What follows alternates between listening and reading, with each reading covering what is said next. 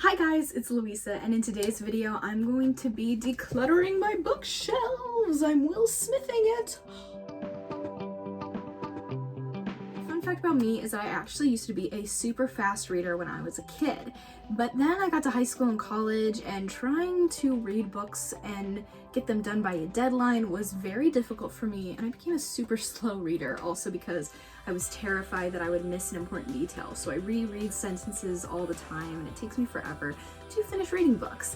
So I thought it would be a good idea to declutter my bookshelf, because just at the speed at which I read, I don't get through as many books as I think I can. And every time I go to a bookstore, I'm like, I want to read this, and this, and I don't have the time or really the speed to do it. So I've been wanting to clear off this bookshelf for a while, and today we're gonna finally do it. But before I begin, I will say I am currently reading right now.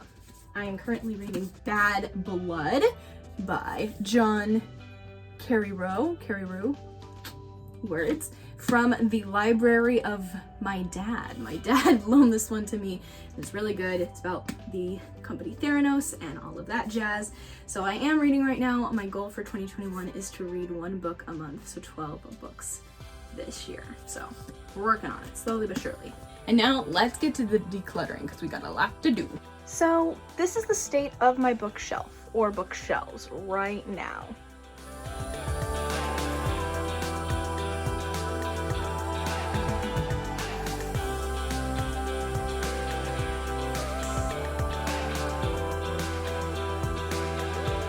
Start on the top shelf. So kind of how the organization of my bookshelf goes is that the top shelf is books that I have read completely all the way through before, and then we also have the Babysitters Club. So there you go. All right, so we're gonna start down here. This is Choosing Glee by Jenna Ushkowitz, and I absolutely loved Glee when I was a teenager, and even though looking back on it as an adult, I'm like, wow, that show was super problematic. I really do like this book, and I really do like Jenna Ushkowitz, and I just feel like the writers of that show did her so dirty. And anyways, so I'm gonna keep this because I really do like her, and I did like this book. Next we have Did I Ever Wake Up, written by Maud's Son, and I actually got this book because of the YouTuber Megan Hughes. I really enjoyed watching her videos when I was younger, and she really praised Maud's Son, but I haven't read this book since I was a teenager, and so I think it is time to let it go. Then we have You Are a BA. I'm a Disney Channel, so I'm trying to not curse, but You Are a BA by Jen Sincero, however you say it. And what's interesting is I really liked this book when I read it when I did, which was I think like 4 years ago. But then I read her You Are a BA at Making Money, and there was just kind of this thing in that book where I felt like it was very kind of privileged. Like I feel like it wasn't advice that really could fit to anyone and make anyone's life better. So I really kind of want to read this and see if I still think it's as good. So I'm going to keep it for now, but my judgment on this book may change. Next on the shelf is The Teen's Guide to World Domination, Advice on Life, Liberty, and the Pursuit of Awesomeness by Josh Shipp. I absolutely love this book. I think it is a great self-help book for teens, and even just a great nonfiction read for teens. I absolutely adore this book, and I even think adults would find it helpful. I love the way he kind of breaks things down and how he views the world. Would definitely recommend this. This is one of my favorite books of my entire life that I've read. All right, this book is In Their Shoes, Extraordinary Women Describe Their Amazing Careers by Deborah Rieber, and I've had this for a long time. I think I maybe got it when I was in elementary school or middle school at a book fair or something like that. And I think my mom got it for me, but honestly, it's great. It's just, a few, 5 pages about different jobs and interviewing different women about the work that they do. And honestly, I think that this book is very helpful for teenagers that are trying to figure out what they kind of want to do in college and kind of want to see what kind of field they want to go into. I love this book, even though, I'm like, I'm a dancer and that's the career I want to have, or dance teacher. I still like to look at this and read the stories. It's really interesting. So definitely a keeper. All right, so the next book is How to Become a Straight A Student by Cal Newport. And even though I only got straight A's for one semester of college, and it was my first semester of college in which I took the least amount of classes that I did throughout my entire college career. I still love this book. I think it's really cool how he reached out to straight A students at these top colleges and just asked them, you know, what do you do? And put that into a book, and just kind of the intel he gathered. It's very fascinating to me, and even though I'm no longer in school, this is still a book that I really love from my college days, so we're going to hold on to it because I still really like it. Do we enjoy this mini figurine that I painted in 5th grade? Yes. As you can tell, I maybe was kind of sloppy with it, but I remember picking this project to paint and being like, okay, this is really time consuming and I don't necessarily want to spend all that time doing it. Next we have Abby Lee Miller. Everything I learned about life I learned in dance class. So I know that I probably shouldn't have this book. I don't really, well, I don't know. I think dance instructors can admire Abby Lee and also be like, she's crazy.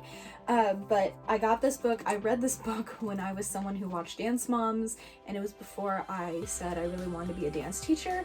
So I actually want to read this book again and give my thoughts reading it as a dance teacher. I think that would be kind of an interesting YouTube video, and kind of just see what changed and how I feel about this book now, because I haven't read this book in several years. So I feel like my opinion on it will have changed, and I feel like that could be kind of interesting to compare what she's saying to my thoughts as a dance teacher and not just a viewer of Dance Moms. So keep her for now.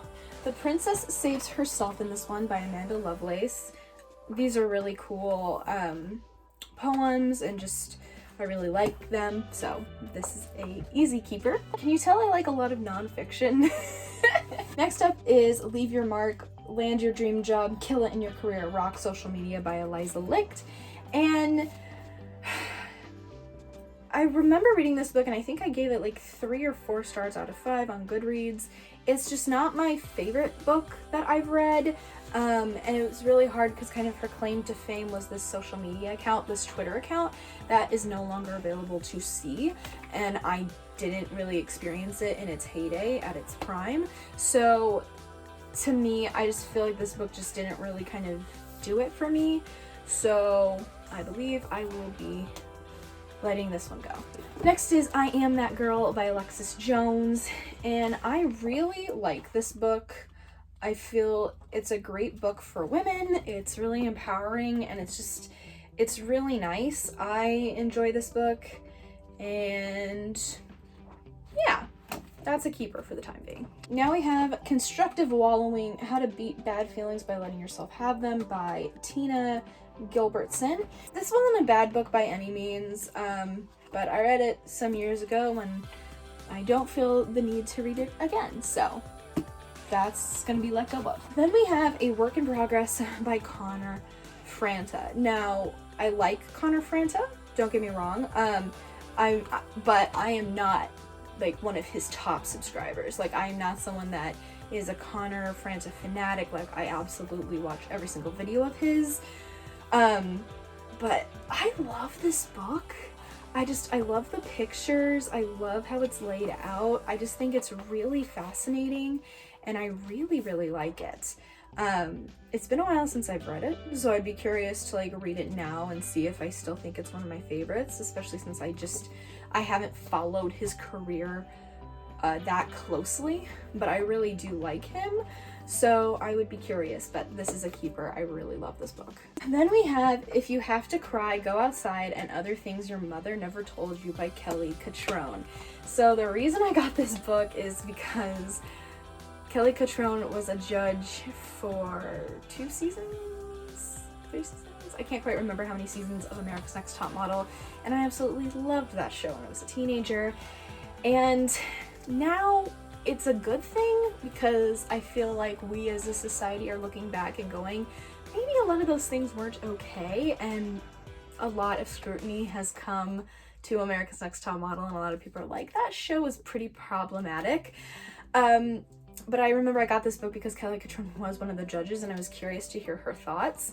And I really liked this book when I read it. I think I read it 2 or 3 years ago, and I really liked her voice in it. I thought she sounded great.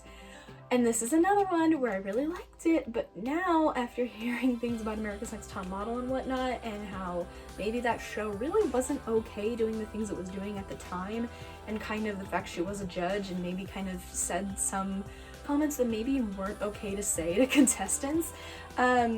Again, this is one where I'd be very curious to go back and read and see if I feel about it the same way. But from what I remember, I really liked this book.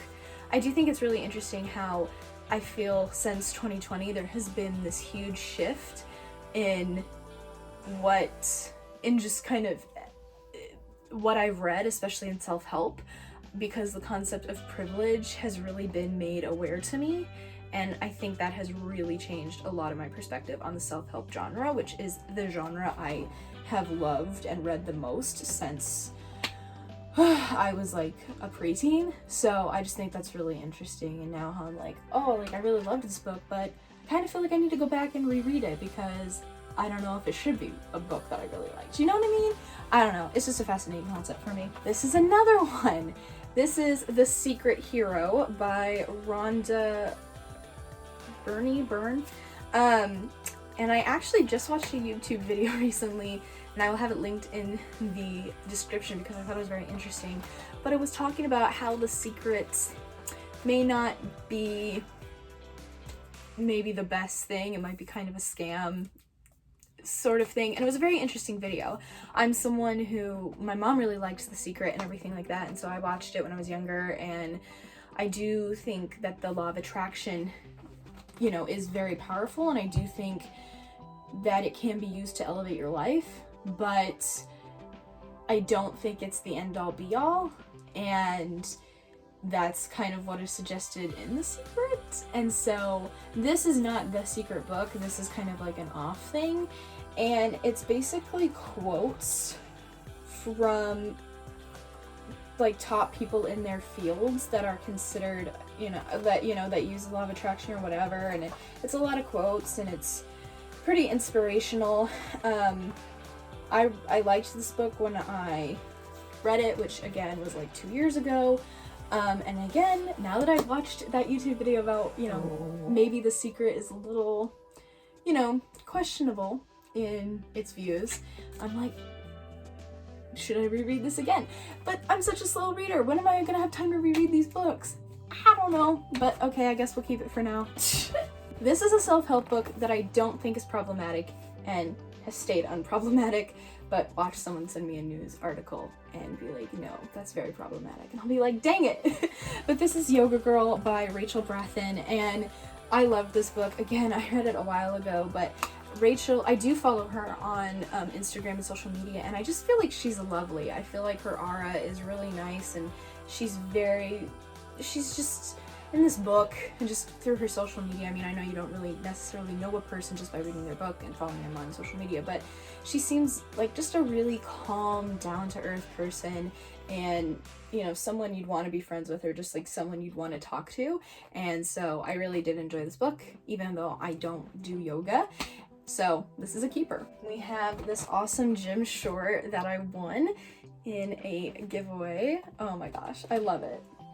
We'll have to figure out how I'm going to decorate the bookshelf once I see how many books I get rid of and whatnot throughout this whole process, but I do like this. I think it's a really cute, it works as a bookend, even though it's just kind of meant to be a, Jim Shore statue, but it's cute. Man, I just feel like going through all my books, it's going to be deja vu like this, but maybe it's just because it's just for this shelf, because these are the ones that I've read. These ones down here, I'm not necessarily going to feel the same way about because I didn't read them. So, this is Follow the Model by J. Alexander. Again, I gave this book a 5 stars out of 5 stars on Goodreads. I loved it. And he is another judge from America's Next Top Model. And so this is kind of like the Kelly Catrone book where I'm like, maybe I should go back and reread this. But I remember really liking this, and I feel like watching the show again, like Miss J didn't make as hurtful comments as other judges. I don't know, but I really kind of like his unique style, and there are a lot of great quotes in this book, so I'm keeping it for now. But again, I may have to go back, reread it, and I may not agree with this at all and think it's a it's bad, so who knows. Next we have something that's fiction. Incredible. So this is Turtles All the Way Down by John Green. Can't quite remember what the main character in this book has, but she kinda has like anxiety, and I think she may have obsessive compulsive disorder, which is what I have been diagnosed with. And so I really liked reading this book because I felt like John Green really talked about a main character having a mental illness in a way that was accurate and was true and relatable. And so really love this book, definitely a keeper. This is The Fault in Our Stars, which I did read, also by John Green, which I did read before seeing the movie. And oh my god, I feel like everyone's gonna judge me for this, but I feel like I kind of like, I can let this one go because I feel like I'd rather watch the movie of The Fault in Our Stars. Like I don't see myself reading this again. It's a beautiful story and I think it's great, but I would rather just kind of watch the movie, because honestly watching like an hour-and-a-half movie is a lot faster for me than reading this book again. But it's very, very good. I do love this story, but like Turtles All the Way Down doesn't have a movie of it, so you know, that's why I would keep that over this. I know some people are gonna be like, what? The Fault in Our Stars is great, it's his best work. I'll be like, you know, I don't know, I feel like that argument can definitely be made, but I just don't think I need the physical copy of this book, so letting it go. Then we have Chris Colfer, Struck by Lightning, and this is also a work of fiction, and this is actually a movie as well. So you could say, oh well, you could just get rid of the physical copy of the book and just watch the movie. But I gotta say, I think that this story works a lot better as a book than in the movie. I liked the movie. I thought some of the actors were really brilliantly cast. Like I love Allison Janney, I believe, as his mom, and Chris Colfer as this main character. Like I thought the casting was good and I didn't mind the movie. I just feel like this story works better in book form or written form because he is talking about a kid that really wants to become a reporter, I believe. And so I just feel like this works better in a written form. So I definitely want to keep this book. I really did enjoy it. So this is a keeper. We have a special section in Painted Penguins. Twin painted penguins. Painted? What? Twin painted penguins. Aren't they cute? These are also good as, I think, little bookends. But they could also work as salt and pepper shakers if I had like little bottoms to them. But they're so cute. Love them. Okay, anyways. So we have entered the Babysitters Club zone here. All the Babysitter Club books that I have, definitely not all the ones that I have read. I've read a lot more than this, but these were just kind of my favorites, or ones that I have on paper copy. And yeah, of course the series this past summer came out and it was amazing, and so I know a lot more people are getting into Babysitters Club books, which makes me very happy. I loved these books. I started reading them when I was like 9 or 10, and I love them. I love the whole series. So this one is the Babysitter's Club Secret Santa, and it's a little different from the other books because it's kind of a fold-out book and you can read their notes to each other. You know, it's not like a full-length chapter book.